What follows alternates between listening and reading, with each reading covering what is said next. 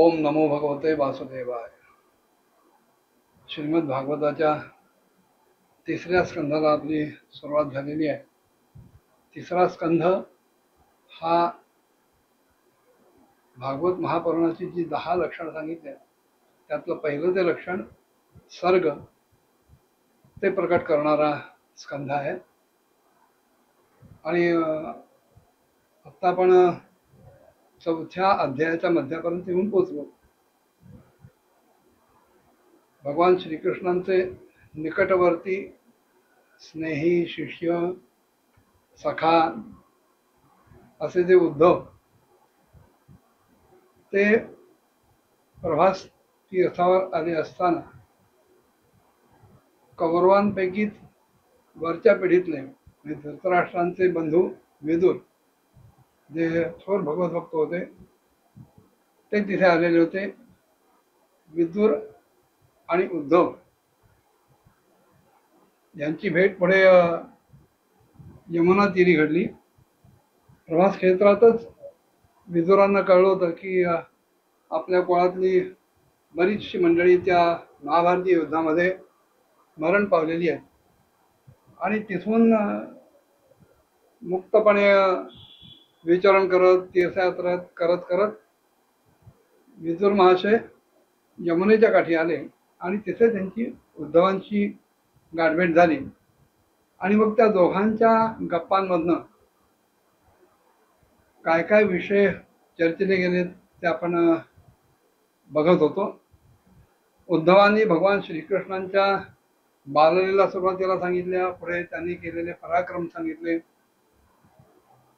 भगवान श्रीकृष्णांनी प्रेरणा देऊन ज्या सांबाला बाकीच्या यादवांनी स्त्रीवेश दिलेला होता, गर्भवती स्त्रीचा वेश दिलेला होता,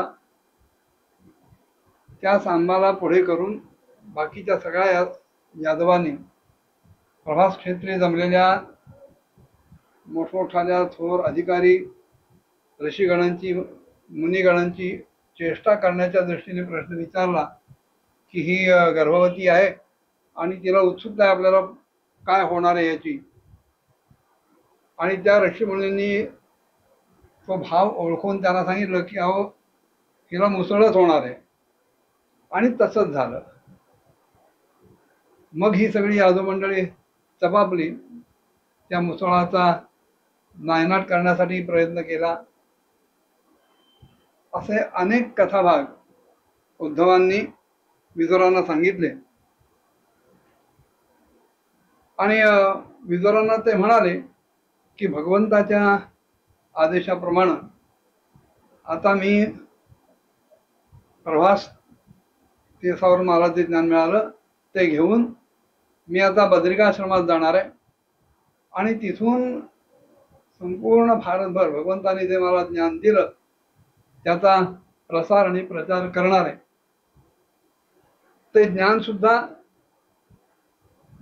भगवंतांनी अनुग्रह केला म्हणून उद्धवांना मिळाला. वास्तविक उद्धव ही भगवंताचीच उत्सव मूर्ती म्हणायला हरकत नाही. उद्धव शब्दाची व्याख्या सुद्धा बघण्यासारखी आहे. उत म्हणजे परमात्मा, परमसत्य, आणि धव म्हणजे स्वामी. उत उत्कृष्ट परमात्मा श्रीकृष्ण, धव यस्य सहा उद्धव. भगवान श्रीकृष्ण जे परमसत्य आहेत तेच ज्याचे स्वामी आहेत अशी व्यक्ती म्हणजे उद्धव. त्यांचं वर्णन करताना असं म्हटलं जातं, यद्गुणैर नार्जिता प्रभू, त्यांना सांसारिक विषयांच्या संबंधी कुठलीच गोष्ट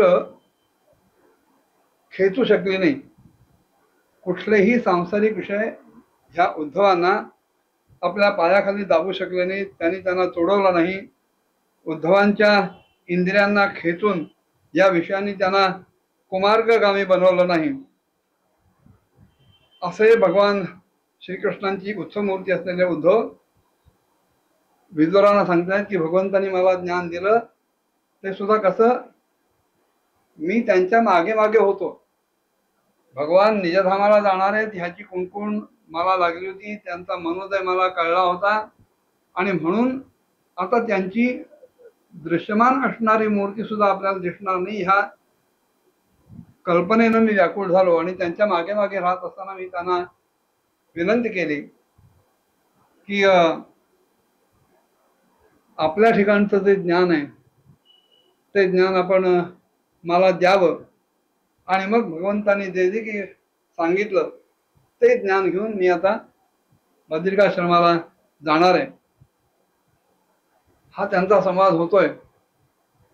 त्याच्यानंतर विदुरजींना सुद्धा आपले सगळे भाईबंद त्या महाभारती युद्धामध्ये मारले गेल्याचं दुःख झालं, पण ते मुळात विदुरजी हे विवेकी होते, त्यामुळे विवेकानं त्यांनी आपल्या शोकाला आवर घातला आणि तो शोक ज्ञानाद्वारे शांत केला. पुढे उद्धव बद्रिकाश्रमात जायला निघाले आणि तेव्हा कुरुश्रेष्ठाच्या विदुरांनी श्रद्धापूर्वक अंतःकरणानं त्यांना विचारलं की योगेश्वर भगवान श्रीकृष्णांनी आपल्या स्वरूपाबद्दल जी काही गूढ रहस्य तुमच्याजवळ प्रकट केली, जे काही परमज्ञान तुम्हाला दिलं, ते मी जर ज्ञान ऐकायला पात्र असेन, त्या ज्ञानाचा अधिकारी असेन, तर आपण मला ते सांगावं. कारण भगवंताचे सेवक हे नेहमी भगवंताचं कार्य सिद्धीस नेण्यासाठीच सर्वत्र विचारण करत असतात. तेव्हा त्याच्या उत्तरादाखल उद्धव म्हणाले की ते ज्ञान मी तुम्हाला न देता परम भगवत भक्त जे मैत्रेय जी आहेत त्यांच्याकडनं तुम्हाला ते मिळावं अशी भगवंताची योजना आहे. आणि भगवंतानी मला हा मर्त्यलोक सोडताना तसा तुमच्यासाठी निरोपही दिलाय.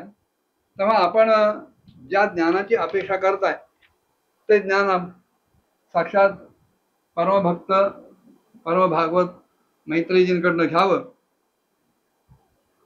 पुढे शुकदेव परीक्षिताला सांगतायत की अशा प्रकारे भगवान श्रीकृष्णांच्या गुणांची चर्चा करत करत आणि उद्धवांबरोबर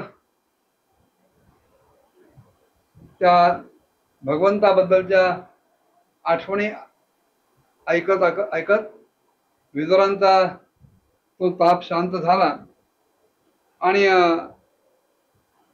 यमुनेच्या तीरावर एक रात्र दोघांनी घालवली आणि सकाळ झाल्यानंतर ते दोघे तिथून निघाले.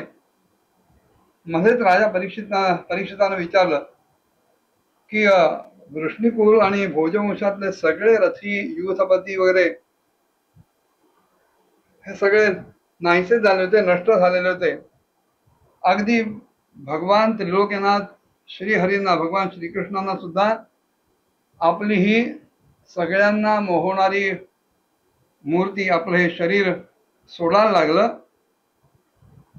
मग त्या सगळ्या यादवांचे जे थोर नेते होते ते उद्धव ते तरी कसे काय वाचले. तेव्हा ह्या जिज्ञासेचा उत्तर देताना शुकदेव म्हणाले की भगवंताची इच्छा कधीही व्यर्थ जात नाही.